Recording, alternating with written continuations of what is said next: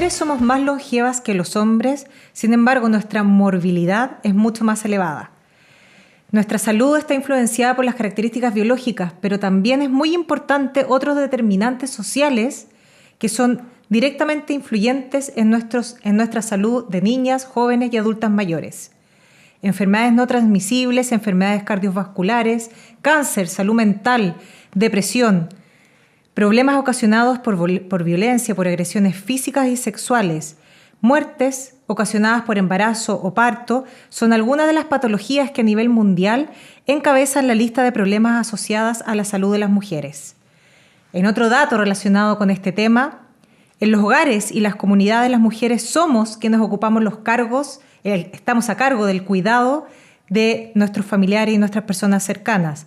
De hecho, según datos de la OMS, el 70% del personal sociosanitario a nivel mundial es femenino. Sin duda, un gran tema el que vamos a conversar hoy día que nos afecta a todas, pero también a todos como sociedad. Vamos a hablar de salud y mujeres y por eso me encuentro con Francisca Salas Pérez, académica del Instituto de Ciencias de la Salud de la Universidad de O'Higgins, experta en áreas de nutrición, metabolismo, mecanismos epigenéticos, regulación endocrina y hartos temas específicos que vamos a tratar de dilucidar en estos 10 minutos. Francisca, bienvenida, muchas gracias por estar acá. No, gracias a ustedes por la invitación. Bueno, un poco de tu reseña. Tú estudiaste tu pregrado de bioquímica en la Universidad de Santiago.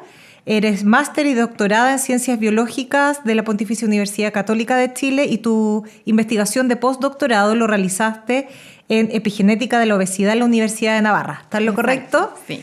Pero quiero ir a un tema que me llamó mucho la atención porque es algo que escuchamos a lo largo de nuestras vidas, que nos afecta a nosotras, a nuestras mamás, a nuestras hijas, que también tenemos que ver, que es uno de los estudios principales que tú estás liderando en este minuto. Y con eso quiero comenzar, que está relacionado con el síndrome del ovario poliquístico, el SOP.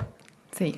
Cuéntanos qué efectos, qué áreas de la investigación estás trabajando en este tema que es tan común, pero tan escondido a la vez en nuestra sociedad.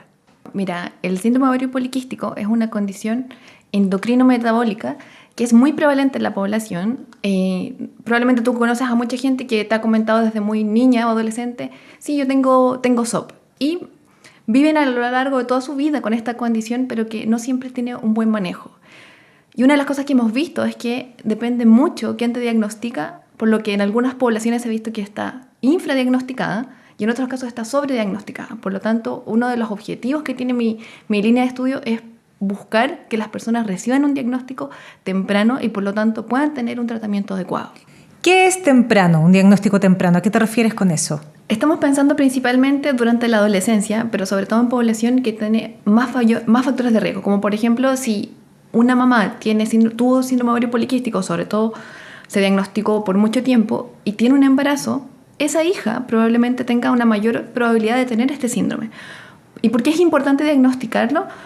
Porque estas niñas se ha visto que pueden presentar la pubertad antes de tiempo. Y cuando las niñas presentan la pubertad adelantada, su crecimiento se detiene y eso además va asociado con un mayor riesgo de desarrollar alteraciones metabólicas principalmente. Entonces, si ya tenemos como el antecedente familiar, hay que sospechar de que no se está acelerando el crecimiento en la niña y buscar intervenciones que permitan que pueda crecer lo que debería para su edad y evitar todos los otros factores asociados a tener este síndrome.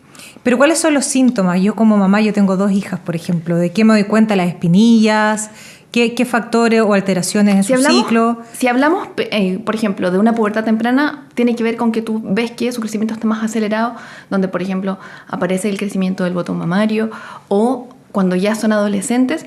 Se sabe que cuando te llega la regla durante el primer año hay ciertas irregularidades, pero tenemos que pensar si es que pasan muchos periodos donde no llega la regla. Y hay una cosa que es muy clave del síndrome ovario poliquístico, que es el crecimiento de vello corporal en regiones que son típicamente masculinas. Estamos hablando del bigote y el bozo, mucho crecimiento de vello corporal en los brazos, en las piernas, en el pecho, en la espalda. Esas son señales de alerta que en el fondo no es un crecimiento normal, por así decirlo, sino que hay que buscar cuál es la causa de ese exceso de vello. Y generalmente tiene que ver con el exceso de andrógenos, que son hormonas masculinas, principalmente testosterona. Y se ha visto que este exceso de testosterona es lo que estaría asociado también a tener, por ejemplo, mayores niveles de insulina. Y son niñas que a muy temprana edad pueden presentar resistencia a la insulina, y eso también las deja en un mayor riesgo de tener, por ejemplo, diabetes tipo 2 cuando son adultas.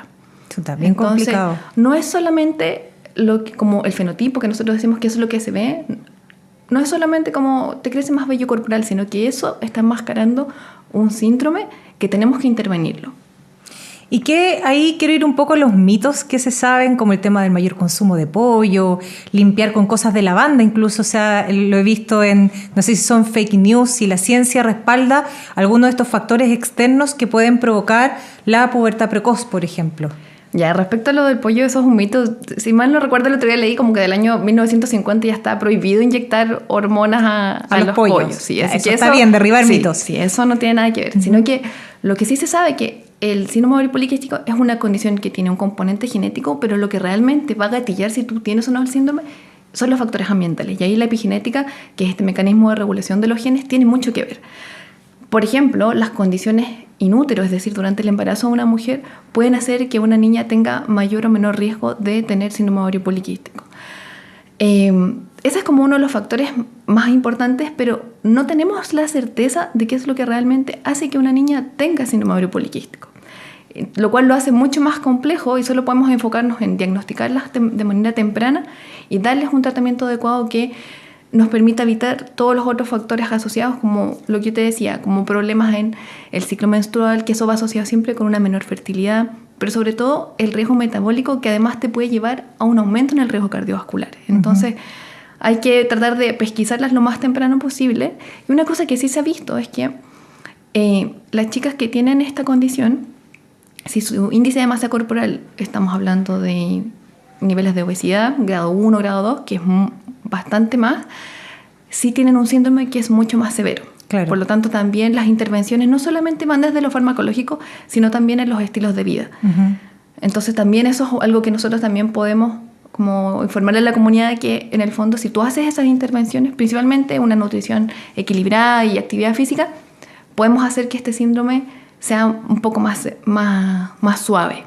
Quiero abordar muchos temas acá, pero otra de tus investigaciones hablaba de un estudio en roedores para hablar sobre nutrición materna, con esa parte tan importante del embarazo y que hay que cuidarse tanto, y que a qué conclusión llegaron ahí y a qué está enfocado esa investigación. No tengo acá el nombre de la publicación, pero que nos cuentes un poquito sobre ese estudio. Bueno, solo para cerrar respecto al ovario poliquístico, nosotros hacemos los estudios en niñas, adolescentes y en mujeres adultas. Así que esa línea de estudio solo es en humanos. Y durante mi tesis del doctorado, lo que yo hice fue desarrollar un modelo gestacional de cómo en el fondo afectaba la obesidad materna a la descendencia.